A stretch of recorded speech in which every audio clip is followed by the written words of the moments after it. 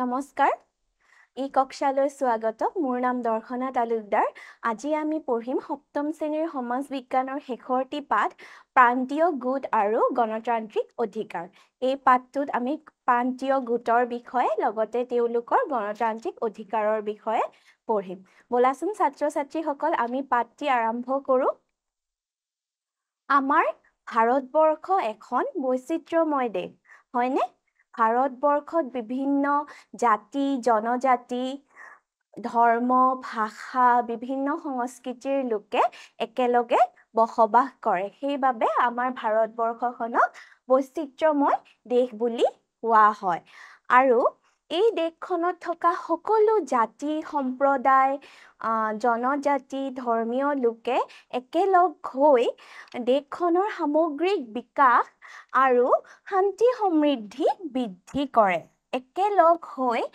ঐক্যবদ্ধ প্ৰচেষ্টাৰে দেশখনৰ বিকাশ শান্তি সমৃদ্ধি আদি বৃদ্ধি কৰে বা বিকাশিত কৰে আমাৰ ভাৰতবৰ্ষ গণতান্ত্ৰিক দেশ তোমালোকে জানানে গণতান্ত্ৰিক দেশ আমাৰ ভাৰতবৰ্ষখন যে হয় নিশ্চয় জানা কিয়নো আমি আগৰ পাঠবিলাকত এই বিষয়ে পঢ়ি আহিছো আমাৰ ভাৰতবৰ্ষ গণতান্ত্ৰিক দেশ হিচাপে গঢ়ি তুলিবলৈ আমি সাংবিধানিকভাৱে দায়বদ্ধ হয় আমাৰ এখন ভাৰতবৰ্ষত সংবিধান আছে সেই সংবিধানৰ মতে আমাৰ দেশখন পৰিচালিত হয় আৰু আমাৰ দেশখন গণতান্ত্ৰিক দেশ হিচাপে গঢ়ি তুলিবলৈ আমি সাংবিধানিকভাৱে দায়বদ্ধ হৈ আছো আমাৰ সংবিধানৰ দৃষ্টিত আমি সকলো এক ভাৰতীয় আমাৰ সংবিধানৰ দৃষ্টিত আমাৰ দেশত বাস কৰা সকলো মানুহ এজন এজন ভাৰতীয় হয় তাত সকলো সমান হয় কোনো উচ্চ নিচ ধনী দুখীয়া তাত নাথাকে সংবিধানৰ দৃষ্টিত সকলো মানুহ সমান হয় আৰু ভাৰতীয় হয় মুক্ত ভাৰতৰ সকলো নাগৰিকে সাংবিধানিক অধিকাৰ সমানে ভোগ কৰি আহিছে যেতিয়াৰ পৰা দেশ স্বাধীন হ'ল ইংৰাজৰ তলৰ পৰা মুক্ত হ'ল তেতিয়াৰ পৰাই আমাৰ সকলো ভাৰতীয়ই সকলো অধিকাৰ বা সুবিধা সমানে ভোগ কৰিব পাৰিছে অধিকাৰবোৰ সমানভাৱে বিতৰণ কৰা হৈছে আমাৰ সমাজত এতিয়াও কিছুমান লোক আছে যিবোৰে কিছুমান অসুবিধা সন্মুখীন হ'ব লগা হয় যেনে নিজৰ ঠাই এৰি আন ঠাইলৈ যাবলগীয়া হয় নিজৰ ঘৰ মাটি এৰি বেলেগ ঠাইত থাকিবলগীয়া হয় তেনে লোকসকলৰ বিষয়ে আমি আজি পঢ়িম আমাৰ সমাজত বহু লোকে এতিয়াও বিভিন্ন কাৰণত নিজৰ মাটি বাৰী এৰিবলগীয়া হয় জীৱিকাৰ বাবে কোনোবা অচিনাকি আৰু বিচ্ছিন্ন ঠাইত বসতি স্থাপন কৰিবলগীয়া হয় এতিয়াও বহুতো এনে মানুহ আছে যিবোৰে নিজৰ ঘৰ বাৰী এৰি জীৱিকাৰ সন্ধানত বা জীৱনটো ভালকৈ জীয়াবৰ কাৰণে এঠাইৰ পৰা আন ঠাইলৈ যাব লগা হয় আৰু সেই নতুন এখন ঠাইত বসতি স্থাপন কৰিবলগীয়া হয় ঔদ্যোগিক আৰু অৰ্থনৈতিক বিকাশ নগৰীকৰণ আদি প্ৰক্ৰিয়াৰ ফলস্বৰূপে এই লোকসকলক নিজৰ স্থায়ী ভেটি এৰিবলৈ বাধ্য হৈ পৰে কেতিয়াবা ঔদ্যোগিক কাৰণত আৰু অৰ্থনৈতিক বিকাশ বা নগৰীকৰণৰ কাৰণেও কিছু সংখ্যক লোকে নিজৰ বসতি স্থানবোৰ এৰিবলগীয়া হয় উদ্যোগীকৰণ মানে হৈছে যদি এঠাইত উদ্যোগ স্থাপন কৰা হয় সেই ঠাইখন উদ্যোগীকৰণ কৰা হয় নগৰীকৰণ মানে নগৰ নিৰ্মাণ কৰিবলৈ বা যিকোনো অৰ্থনৈতিক বিকাশৰ বাবে কিছুমান লোকে এতিয়াও এই স্বাধীন ভাৰততো নিজৰ স্থায়ী ভেটি এৰি তেওঁলোকে বেলেগ বেলেগ ঠাইত যাবলগীয়া হয় তাৰ উপৰিও তেওঁলোকে দীৰ্ঘদিন ধৰি সামাজিক অৰ্থনৈতিক আৰু শৈক্ষিকভাৱে বঞ্চিত হৈ পৰে যেতিয়া এজন মানুহ বা এটা পৰিয়াল এঠাইৰ পৰা আন ঠাইলৈ যায় তেওঁলোকৰ কি হয় সামাজিক অৰ্থনৈতিক আৰু শৈক্ষিকভাৱে কিছু পৰিৱৰ্তন অহা দেখা যায় আৰু দীৰ্ঘদিন ধৰি তেনেকৈ বেলেগ বেলেগ ঠাইত বসতি স্থাপন কৰিবলগীয়া হয় তেওঁলোকে সামাজিক অৰ্থনৈতিক আৰু শৈক্ষিকভাৱে কিছু পৰিমাণে বঞ্চিত হৈ পৰা দেখা যায় আৰু তাৰ ফলত কি হয় তেওঁলোকে মূল খুঁটিৰ পৰা বিচ্ছিন্ন হৈ পৰে তেওঁলোকৰ নিজৰ ঠাইখনৰ পৰা তেওঁলোকে আঁতৰি আহিবলগীয়া হয় মূল খুঁটি মানে হৈছে তেওঁলোকৰ যিখন নিজৰ ঠাই য'ত তেওঁলোকে জন্মগ্ৰহণ কৰিছে বা সৰুৰ পৰাই আছে সেই মূল খুঁটিৰ পৰা তেওঁলোকে বিচ্ছিন্ন হৈ পৰা দেখা যায় সেয়েহে তেওঁলোকে প্ৰব্ৰজন কৰি বিভিন্ন ঠাইত বসতি স্থাপন কৰে আৰু প্ৰব্ৰজন কৰে আৰু বেলেগ বেলেগ ঠাইত বসতিও স্থাপন কৰে ফলস্বৰূপে তেওঁলোকৰ জীৱন নিৰ্বাহৰ বিভিন্ন বৃত্তি গ্ৰহণ কৰিবলগীয়া বাধ্য হয় যেতিয়া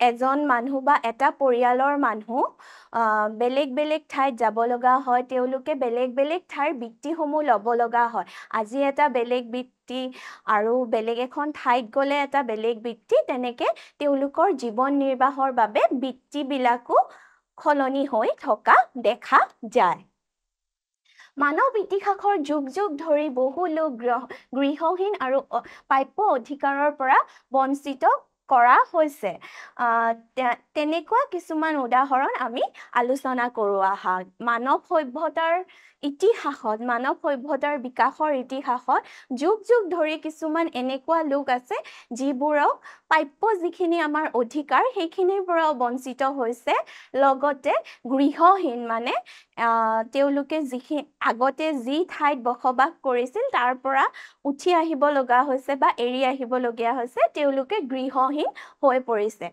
আৰু তেনেকুৱা কেইটামান উদাহৰণ আমি এতিয়া আলোচনা কৰোঁ বলা তোমালোকে জানানে অসম কিহৰ বাবে বিখ্যাত অসম কি খেতিৰ বাবে বিখ্যাত অসম হৈছে চাহ খেতিৰ বাবে বিখ্যাত আৰু এই চাহ খেতি কোনে আৰম্ভ কৰিছিল এই চাহ খেতি আৰম্ভ কৰিছিল ইংৰাজসকলে ইংৰাজৰ দিনৰ পৰা আৰম্ভ হোৱা চাহ খেতিৰ বাবে অসম বিখ্যাত আমি পঢ়িলোৱে অসম চাহ খেতিৰ বাবে বিখ্যাত ইংৰাজে জানিছিল যে অসমৰ মাটি চাহৰ বাবে উপযোগী হয় অসমৰ যিখিনি মাটি সেইখিনি চাহৰ বাবে বহুত উপযোগী হয় আৰু চাহ খেতি ইয়াত ভাল হয় গতিকে তেওঁলোকে চাহৰ খেতি আৰম্ভ কৰিলে আৰু যাৰ বাবে বিপুল সংখ্যক শ্ৰমিকৰ প্ৰয়োজন হ'ল শ্ৰমিক মানে হ'ল যিবোৰ মানুহে চাহ বাগানত কাম কৰে সেইবোৰ হ'ল শ্ৰমিক আৰু চাহ খেতিৰ বাবে বিপুল সংখ্যক শ্ৰমিকৰ প্ৰয়োজন দেখা পোৱা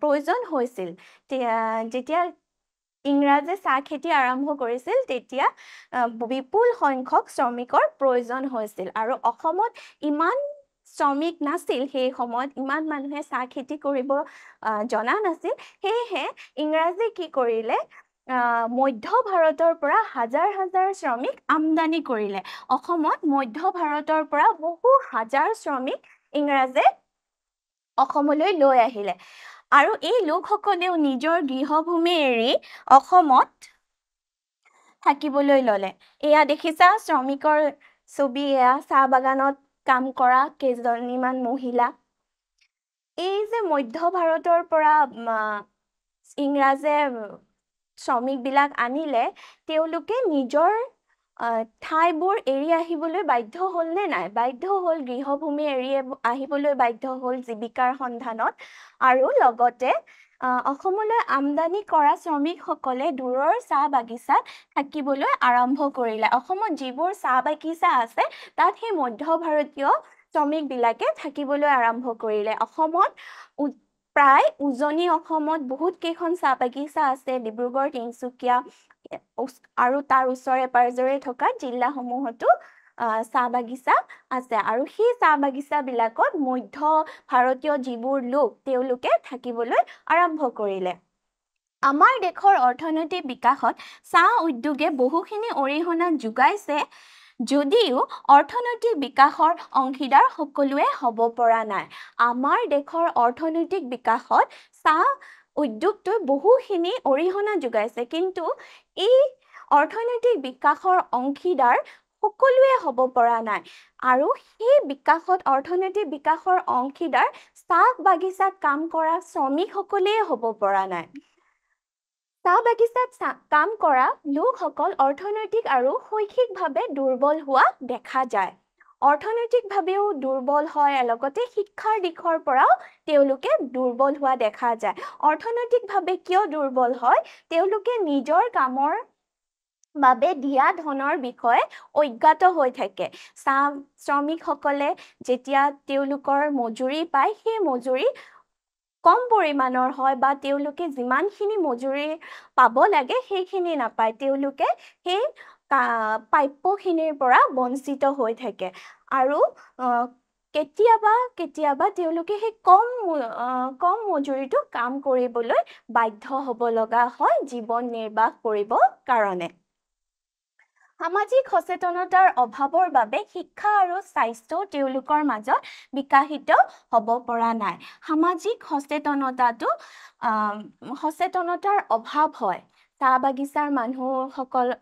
বাগিচাত কাম কৰা মানুহসকলৰ মাজত সামাজিক সচেতনতা অভাৱ হয় লগতে তেওঁলোকৰ স্বাস্থ্য আৰু শিক্ষাও কিছু পৰিমাণে বিকশিত হ'ব পৰা নাই আজিকালি বহুত ঠাইত শিক্ষা স্বাস্থ্য উন্নত হৈছে কিন্তু আগতে সেই সুবিধাবোৰ সেই চাহ বাগিচাত কাম কৰা শ্ৰমিকসকলে পোৱা নাছিল ফলত তেওঁলোকে এতিয়াও অৱহেলিত আৰু দুখীয়া জীৱন যাপন কৰি মূৰ খুঁটিৰ পৰা বিচ্ছিন্ন হৈ আছে তেওঁলোকে অৱহেলিত হয় সমাজৰ দৃষ্টিত তেওঁলোকে অৱহেলিত হয় আৰু দুখীয়া জীৱন যাপন কৰি তেওঁলোকৰ যিটো মূল খুঁটি আছিলে মধ্য ভাৰতত সেই খুঁটিৰ পৰা এতিয়াও তেওঁলোকে বিচ্ছিন্ন হৈ আছে সেইটো হ'ল নদী বান্ধ এয়া দেখিছা ছবিত এইটো নদী বান্ধৰ ছবি দিয়া হৈছে নদী বান্ধ তোমালোকে কিজানি জানা হয়নে নদী বান্ধৰ বিষয়ে শুনিছা বাতৰি কাকত টিভিত দেখিছা এই নদী বান্ধবোৰ চৰকাৰে নিৰ্মাণ কৰে আৰু এই নদী বান্ধৰ ফলত কি হয় আমি পঢ়ো আহা বৃহৎ নদী বান্ধৰ আঁচনিৰ সহায়ত বিদ্যুৎ উৎপাদন বানপানী নিয়ন্ত্ৰণ জলসিঞ্চন আদিৰ দৰে জনকল্যাণমূলক সুবিধা লাভ কৰিব পাৰে জনসাধাৰণে কি কৰে যেতিয়া এখন বৃহৎ নদী বান্ধ আঁচনি গঠন হয় তেতিয়া জনসাধাৰণে তাৰ পৰা লাভান্বিত হোৱা দেখা যায় আৰু বৃহৎ নদী বান্ধ আঁচনিৰ সহায়ত বিদ্যুৎ উৎপাদন বানপানী নিয়ন্ত্ৰণ জলসিঞ্চন আদিৰ দৰে জনকল্যাণমূলক সুবিধাসমূহ জনসাধাৰণে লাভ কৰে লগতে তাত সেই স্থানীয় অঞ্চলত থকা নিবনুৱা লোকসকলে কৰ্মসংস্থাপন লাভ কৰাৰ লগে লগে বৃহৎ নদী বান্ধে অঞ্চলটোৰ আৰ্থ-সামাজিক অৱস্থাত প্ৰভাৱ পেলায় য'ত নদী বান্ধ হয় যিখিনি ঠাইত নদী বান্ধ হয় তাৰ স্থানীয় নিবনুৱাসকলে কৰ্মসংস্থাপন লাভ কৰে আৰু তাৰ বাবে সেই অঞ্চলটোৰ আৰ্থ-সামাজিকতো প্ৰভাৱ পেলায় এইবোৰ হ'ল নদী বান্ধৰ সুফলসমূহ এতিয়া আমি নদী বান্ধৰ ফলত হোৱা বেয়া প্ৰভাৱবোৰ পঢ়ো আহা অৱশ্যে নদী বান্ধৰ আন এটা দিশো আছে বান্ধৰ ওপৰত পানী জমা কৰিবলৈ বিশাল ঠাইৰ প্ৰয়োজন হয় যাৰ ফলত অঞ্চলটোৰ বহু মানুহে বাসস্থান এৰি যাবলগীয়া হয় নদী বান্ধ যেতিয়া হয় যিখিনি ঠাইত হয় আৰু নদী বান্ধটো গঢ় দিবৰ কাৰণে এখন বিশাল ঠাইৰ প্ৰয়োজন হয় আৰু তাৰ ফলত সেই অঞ্চলটোৰ কিছুমান লোকে নিজৰ বাসস্থান এৰিও যোৱা পৰিলক্ষিত হয় লগতে নদী বান্ধৰ নামনি অঞ্চলত বাস কৰা লোকসকলেও খেতিৰ বাবে পৰ্যাপ্ত পানী নোপোৱাৰ সমস্যাৰ সন্মুখীন হয় নদী বান্ধ যেতিয়া দিয়া হয় তাৰ তলত থকা লোকসকল বা নামনি অঞ্চলত থকা লোকসকলে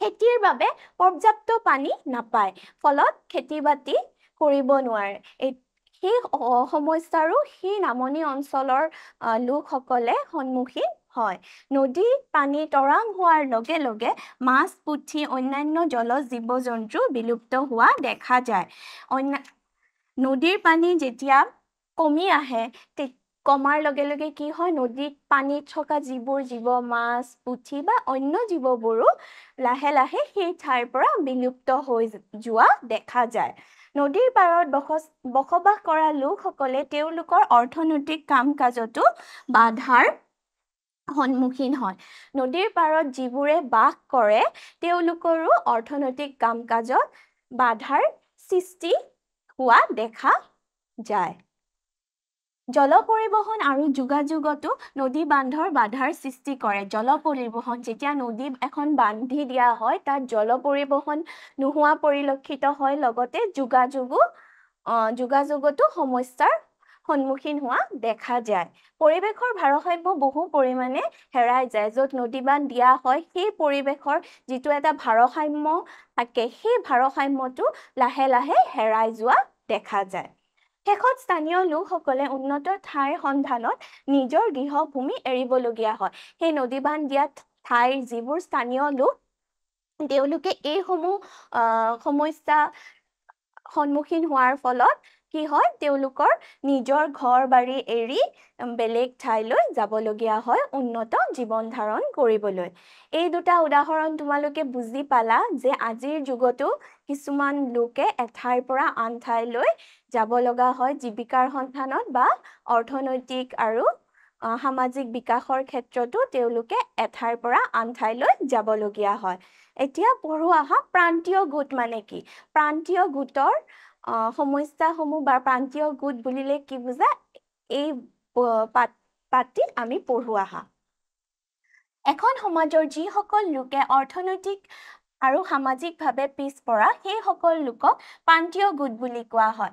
এখন সমাজৰ যিসকল লোক অৰ্থনৈতিক বা সামাজিকভাৱে পিছপৰা তেওঁলোকক কি বুলি কোৱা হয়? প্ৰান্তীয় গোট বুলি কোৱা হয়। মনত থাকিব প্ৰান্তীয় গোটত থকা লোকসকল হ'ল সামাজিক আৰু অৰ্থনৈতিকভাৱে পিছপৰা। এই প্ৰান্তীয় গোটসমূহৰ আটাইতকৈ গুৰুত্বপূৰ্ণ সমস্যাটো তেওঁলোকৰ অধিকাৰৰ লগত জড়িত। আমি যিবোৰ অধিকাৰ পাওঁ, দেশে আমাক যিবোৰ অধিকাৰ দিয়ে সেই অধিকাৰসমূহ প্ৰান্তীয় লোকসকলে কিছু পৰিমাণে নোপোৱা পৰিলক্ষিত হয়। সেইবাবে আটাইতকৈ গুৰুত্বপূৰ্ণ সমস্যাটো তেওঁলোকৰ অধিকাৰৰ লগত জড়িত হৈ থাকে। এই গোটসমূহৰ অন্তৰ্গত লোকসমূহে তেওঁলোকৰ আৰ্থ-সামাজিক আৰু অন্যান্য প্ৰাপ্য অধিকাৰৰ পৰা বঞ্চিত হোৱা দেখা যায়। এই গোটসমূহৰ প্ৰান্তীয় গোটসমূহৰ অন্তৰ্গত যিবোৰ লোক থাকে তেওঁলোকে আৰ্থ-সামাজিক আৰু কিছুমান প্ৰাপ্য অধিকাৰৰ পৰা বঞ্চিত হোৱা দেখা যায়। ফলত তেওঁলোকৰ বিকাশৰ অগ্ৰগতিও স্থবিৰ হৈ পৰিছে। আৰ্থ-সামাজিক আৰু প্ৰাপ্য অধিকাৰ যেতিয়া নাপায় তেতিয়া তেওঁলোকৰ বিকাশ স্থবিৰ হৈ পৰে, মানে বিকাশটো স্থায়ী বা ৰখি যায় বুলি আমি ধৰিব পাৰোঁ।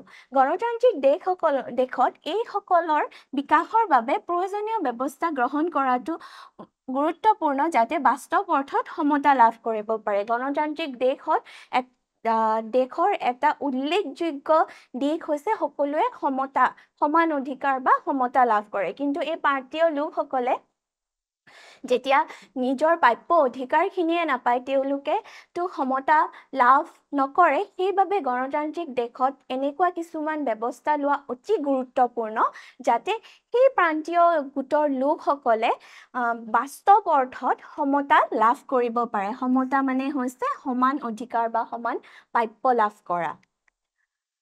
অপ্ৰান্তীয় গোটৰ অনগ্ৰসৰতাৰ কাৰক মানে কি কি কাৰণত প্ৰান্তীয় লোকসকলে পিছ পৰি ৰোৱা দেখা যায়? সমাজত কিছুমান মানুহে স্থবিৰতাৰ সন্মুখীন হয়, আনকি সমতা, ন্যায়, স্বাধীনতা, প্ৰাথমিক নীতি থকা গণতান্ত্ৰিক দেশ এখনতো কিছুমান লোকে বৈষম্য আৰু অগ্ৰগতিৰ অভাৱ অনুভৱ কৰে। কিছুমান লোকে সমাজত স্থবিৰতা অনুভৱ কৰে বা স্থবিৰতাৰ সন্মুখীন হয় আৰু গণতান্ত্ৰিক দেশত সমতা, ন্যায়, স্বাধীনতা এইবোৰ হ'ল প্ৰাথমিক নীতি। কিন্তু কিছু সংখ্যক সমাজৰ লোকে এই প্ৰাথমিক সুবিধাখিনিৰ পৰাও বঞ্চিত হোৱা দেখা যায় আৰু তেওঁলোকে বৈষম্যৰ সন্মুখীন হয় আৰু অগ্ৰগতিৰ অভাৱ হয়। লগতে প্ৰান্তীয় গোটসকলৰ মাজত এই স্থবিৰতা আঁৰত কিছুমান কাৰকে প্ৰান্তীয় গোটৰ মাজত আছে। ইয়াৰ ভিতৰত গুৰুত্বপূৰ্ণ কাৰক হ'ল সামাজিক সচেতনতাৰ অভাৱ। প্ৰান্তীয় গোটৰ সামাজিক সচেতনতাৰ অভাৱ হোৱা দেখা যায়, ৰাজনৈতিক প্ৰতিনিধিত্বৰ অভাৱ, আৰু প্ৰান্তীয় গোটত ৰাজনৈতিক প্ৰতিনিধিত্ব কৰা ব্যক্তিৰো বহুত অভাৱ থাকে। তেওঁলোকৰ প্ৰান্তীয় গোটসমূহৰ যিবোৰ সুবিধা অসুবিধা বা বিশেষ পৰিস্থিতিৰ সন্মুখীন হয়, সেইবোৰ ৰাজনৈতিকভাৱে প্ৰদৰ্শিত কৰাৰ বাবেও বা প্ৰতিনিধিত্ব কৰাৰ বাবেও তেওঁলোকৰ মাজত মানুহৰ অভাৱ থাকে। সেইবাবে কৈছে ৰাজনৈতিক প্ৰতিনিধিত্বৰ অভাৱ, অৰ্থনৈতিক অগ্ৰগতিৰ অভাৱ, অৰ্থনৈতিকভাৱেও তেওঁলোক দুৰ্বল হোৱা দেখা যায়। অৰ্থনৈতিক মানে টকা পইচাৰ ক্ষেত্ৰতো তেওঁলোকে দুৰ্বল হয়, তেওঁলোকে কম মজুৰিত কাম কৰিব লগা হয়, সেইবাবে তেওঁলোকৰ অৰ্থনৈতিক অগ্ৰগতিৰো অভাৱ হয়। লগতে শিক্ষাৰ অভাৱ, প্ৰান্তীয় গোটৰ লোকসকলে শৈক্ষিক অধিকাৰৰ পৰাও বঞ্চিত হ'ব লগা হয়। প্ৰান্তীয় গোটৰ এতিয়া এই অনগ্ৰসৰতা ৰোধ কৰা কিছুমান সূচক আছে, মানে কিছুমান বিশেষ ব্যৱস্থা আছে বা আমাৰ সংবিধানে প্ৰদান কৰিছে, সেইসমূহৰ বিষয়ে পঢ়ো আহা। এই উদ্দেশ্যৰ প্ৰতি লক্ষ্য ৰাখি ভাৰতীয় সংবিধানে কিছুমান বিশেষ সুবিধা প্ৰদান কৰিছে। প্ৰান্তীয় গোটৰ জনসাধাৰণে তেওঁলোকৰ মৌলিক অধিকাৰ সৰ্ব হোৱাৰ বুলি অনুভৱ কৰিলে ন্যায়িকভাৱে সেই অধিকাৰ পূৰ কৰাৰ দাবী উত্থাপন কৰিব পাৰে। প্ৰান্তীয় গোটৰ জনসাধাৰণে যদি তেওঁলোকৰ মৌলিক অধিকাৰসমূহ খৰ্ব হোৱা বুলি ভাবে, তেতিয়া তেওঁলোকে ন্যায়িকভাৱে ন্যায়ালয়ৰ ওচৰত যায় সেই অধিকাৰ পূৰ কৰাৰ দাবী উত্থাপন কৰিব পাৰে। এই সুবিধাটো দিছে আমাৰ ভাৰতীয় সংবিধানে। তাৰপিছত আহিলে বিভিন্ন জনগোষ্ঠীৰ উত্থানৰ বাবে শৈক্ষিক আৰু কাৰিকৰী প্ৰতিষ্ঠানত আসন সংৰক্ষণৰ ব্যৱস্থা আছে। প্ৰান্তীয় গোটসকলৰ লোকসকলৰ বাবে শিক্ষা আৰু কাৰিকৰী প্ৰতিষ্ঠানত আসন সংৰক্ষণৰো ব্যৱস্থা আছে। মানে তাত তেওঁলোকৰ বাবে নিৰ্দিষ্ট আসন সংৰক্ষণ কৰি থোৱা হৈছে, যাতে তেওঁলোকে যদি তাত পঢ়িব বিচাৰে, তেওঁলোকে সেই প্ৰতিষ্ঠানসমূহত পঢ়িব পাৰে। উচ্চ শিক্ষাৰ বাবেও অনুসূচিত জাতি, অনুসূচিত জনজাতিৰ ছাত্ৰ ছাত্ৰীৰ বাবে বিশেষ বৃত্তিৰ সুবিধা আছে। উচ্চ শিক্ষা লাভ কৰাৰ ক্ষেত্ৰতো অনুসূচিত জাতি আৰু জনজাতিৰ ছাত্ৰ ছাত্ৰীৰ বাবে বিশেষ বৃত্তি দিয়া হয়। কিছুমান টকা পইচাৰে অৰ্থনৈতিকভাৱে তেওঁলোকক সহায় কৰা হয়। অসমত চাহ জনজাতিসকলৰ কল্যাণ আৰু নিৰাপত্তাৰ বাবে চাহ জনজাতি পৰিষদ আছে। অসমৰ চাহ জনজাতিৰ বাবে কি আছে? চাহ জনজাতি কল্যাণ পৰিষদ আছে। এই চাহ জনজাতি কল্যাণ পৰিষদে চাহ বাগিচাত কাম কৰা লোকসকলৰ সুবিধা প্ৰাপ্য এইবোৰৰ ওপৰত গুৰুত্ব প্ৰদান কৰি আহিছে। জনজাতীয় লোকৰ বাবে ভূমি সংৰক্ষণ ব্যৱস্থাও সংবিধানে উল্লেখ কৰিছে। জনজাতিসকলে যাতে নিজৰ ভূমি মাটিখিনি সংৰক্ষণ কৰিব পাৰে, তাৰ বাবেও সংবিধানে গুৰুত্ব প্ৰদান কৰিছে। সকলো মানুহৰ মাজত সহযোগিতা আৰু পাৰস্পৰিক বুজাবুজি বিকাশৰ বাবে অস্পৃশ্যতা সম্পৰ্কীয় বিধান আইনৰ অধীনত ৰখা হৈছে। সকলো মানুহৰ মাজত যাতে সহযোগিতা হয়, লগতে পাৰস্পৰিক বুজাবুজি হয়, তাৰ বাবে বিভিন্ন আইন গঠন কৰি আইনৰ অধীনত তেওঁলোকক ৰখা হৈছে। সংবিধানত সংখ্যালঘুৰ ভাষা আৰু সংস্কৃতিৰ সুৰক্ষা প্ৰদান কৰাও হৈছে। আমাৰ ভাৰতীয় সংবিধানত সংখ্যালঘুসকলৰ ভাষা আৰু সংস্কৃতিৰ সুৰক্ষাৰ ব্যৱস্থাও কৰা হৈছে। শিক্ষাৰ অধিকাৰ আইন 2009ৰ অধীনত 14 বছৰ বয়সলৈ সকলো শিশুৰ বাবে বিনামূলীয়া আৰু বাধ্যতামূলক প্ৰাথমিক শিক্ষা নিশ্চিত কৰিব লাগিব। সংবিধানে আৰু এটা দিশ কৈছে যে সকলো শিশুৱে যাৰ 14 বছৰ হোৱা নাই বা 14 বছৰলৈ সকলো শিশুৱে শিক্ষাৰ অধিকাৰ আইন 2009, এইটো মনত ৰাখিবা। শিক্ষাৰ অধিকাৰ আইন 2009ৰ অধীনত সকলো শিশুৱে যাতে বিনামূলীয়া আৰু বাধ্যতামূলক প্ৰাথমিক শিক্ষা লাভ কৰে, তাৰ বাবে সংবিধানে গুৰুত্ব প্ৰদান কৰিছে। এতিয়া আমি আহোঁ অসমৰ বিষয়ে। অসমত বহুতো জাতি, ভাষা, ধৰ্ম, জনজাতিৰ লোক বসবাস কৰে। তোমালোকে হয়তো জানাই, তোমালোকৰ নিজৰ শ্ৰেণীকোঠাতে বহুতো বান্ধৱী বন্ধু বান্ধৱী বেলেগ হোৱা দেখা যায়, বেলেগ জাতি বা বেলেগ সম্প্ৰদায়ৰ হোৱা দেখা যায়। অসমতো তেনে জাতি জনজাতিৰ লোকসকলৰ বাবে কিছুমান বিশেষ ব্যৱস্থা কৰা হৈছে, সেইবোৰৰ বিষয়ে পঢ়োৱা হয়। অসমত বিভিন্ন জাতি সম্প্ৰদায়ৰ লোক আৰু ভাষিক গোটৰ লোক একেলগে বাস কৰে। অসমৰ মানুহৰ নিজস্ব পৰম্পৰা, ৰীতি নীতি, ভাষা সংস্কৃতি আছে। অসমত বাস কৰা সকলো মানুহৰে নিজৰ নিজৰ পৰম্পৰা আছে, ৰীতি নীতি আছে, ভাষা আছে, লগতে তেওঁলোকৰ সংস্কৃতি আছে। আমাৰ সংবিধানত এই বিভিন্ন জাতীয় বৈশিষ্ট্যসমূহৰ সুৰক্ষাৰ বাবে প্ৰয়োজনীয় ব্যৱস্থা নিৰ্ধাৰণ কৰা হৈছে। এই বিভিন্ন জাতিৰ এইসমূহ বৈশিষ্ট্যৰ বাবে আমাৰ সংবিধানে কিছুমান নিৰ্ধাৰিত ব্যৱস্থা লৈছে। জনজাতি লোকসকলৰ আৰ্থ-সামাজিক বিকাশৰ ব্যৱস্থা আছে, য'ত আছে স্থানীয় শাসনৰ সংবিধানৰ ব্যৱস্থা, সমভূমিত বাস কৰা জনজাতীয় লোকসকলৰ বাবে এখন স্বায়ত্ত পৰিষদ, পাহাৰত বাস কৰা জনজাতীয় লোকসকলৰ বাবে স্বায়ত্ত জিলা পৰিষদ, যাৰ ফলত তেওঁলোকে নিজৰ সাংবিধানিক অধিকাৰ ভোগ কৰিব পাৰে। চোৱা, জনজাতি লোকসকলৰ বাবে আৰ্থ-সামাজিক যাতে তেওঁলোকৰ বিকাশ হয়, তাৰ বাবে কিছুমান ব্যৱস্থা আমাৰ ভাৰতীয় সংবিধানত আছে। তাৰ ভিতৰত প্ৰথমটো আছে স্থানীয় স্বশাসনৰ সংবিধানৰ ব্যৱস্থা আৰু সমভূমিত বাস কৰা জনজাতীয় লোকসকলৰ বাবে এখন স্বায়ত্ত পৰিষদ। সমভূমিত যিবোৰ জনজাতীয় লোক বাস কৰে তেওঁলোকৰ বাবে এখন স্বায়ত্ত পৰিষদ থাকিব। লগতে পাহাৰত বাস কৰা লোকসকলৰ বাবেও স্বায়ত্ত জিলা পৰিষদ থাকিব, য'ত তেওঁলোকে সাংবিধানিক অধিকাৰ উপভোগ কৰিব পাৰিব। অসমত গঠন কৰা নিৰ্দিষ্ট পৰিষদসমূহৰ ভিতৰত আছে, অসমতো এনেকুৱা স্বায়ত্ত পৰিষদ বা স্বায়ত্ত জিলা পৰিষদ গঠন হৈছে। আৰু কেইখনমানৰ নাম আমি পঢ়ো আহা। পাহাৰীয়া অঞ্চলত বাস কৰা কাৰ্বিসকলৰ বাবে কাৰ্বি আংলং জিলা পৰিষদ, ডিমাছাসকলৰ বাবে উত্তৰ কাছাৰ পাহাৰ জিলা পৰিষদ আৰু বড়োসকলৰ বাবে বড়োলেণ্ড টেৰিটৰিয়েল কাউন্সিল, BTC। আমাৰ অসমত নিৰ্দিষ্টকৈ 3খন আছে, তাৰে এখন হৈছে কাৰ্বিসকলে, পাহাৰীয়া অঞ্চলত যিবোৰ কাৰ্বি মানুহ থাকে তেওঁলোকৰ বাবে কাৰ্বি আংলং জিলা পৰিষদ, ডিমাছাসকলৰ বাবে উত্তৰ কাছাৰ পাহাৰ জিলা পৰিষদ আৰু বড়োসকলৰ বাবে বড়োলেণ্ড টেৰিটৰিয়েল কাউন্সিল। এইকেইখন তোমালোকে মনত ৰাখিবা, ইয়াৰ পৰা কেতিয়াবা প্ৰশ্নও সুধিব পাৰে। ইয়াৰ উপৰিও মিচিং, তিৱা, লালুং, ৰাভা, দেউৰী জনজাতিসকলৰ বাবেও স্বায়ত্ত পৰিষদৰ ব্যৱস্থা আছে। এই জনজাতিবিলাকৰ বাবেও এখন স্বায়ত্ত পৰিষদ আছে। জনসাধাৰণৰ বিকাশেই গণতন্ত্ৰৰ মূল উদ্দেশ্য আৰু মূল মন্ত্ৰ। এতিয়া আমি গণতন্ত্ৰত প্ৰান্তীয় গোটৰ বাবে কি ব্যৱস্থা আছে সেই বিষয়ে পঢ়োৱা অকণমান। গণতন্ত্ৰৰ মূল মন্ত্ৰ কি? জনসাধাৰণৰ বিকাশ।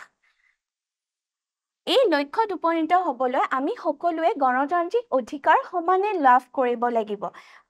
গণতন্ত্ৰক দেশ এখনত সকলো মানুহে সমানে অধিকাৰ লাভ কৰিলেহে জনসাধাৰণৰ বিকাশ হ'ব। সেয়েহে এই জনসাধাৰণৰ বিকাশ লক্ষ্যত উপনীত হ'বলৈ আমি বা আমাৰ দেশত বাস কৰা সকলো লোকে গণতান্ত্ৰিক অধিকাৰসমূহ সমানে লাভ কৰিব লাগিব।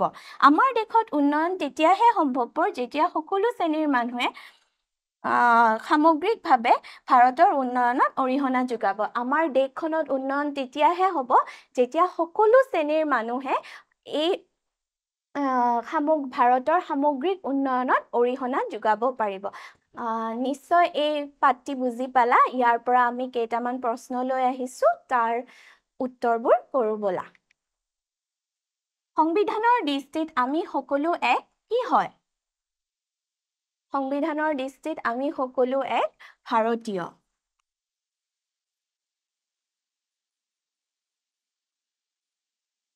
2 নম্বৰ প্ৰশ্নটোলৈ আহোঁ ব'লা।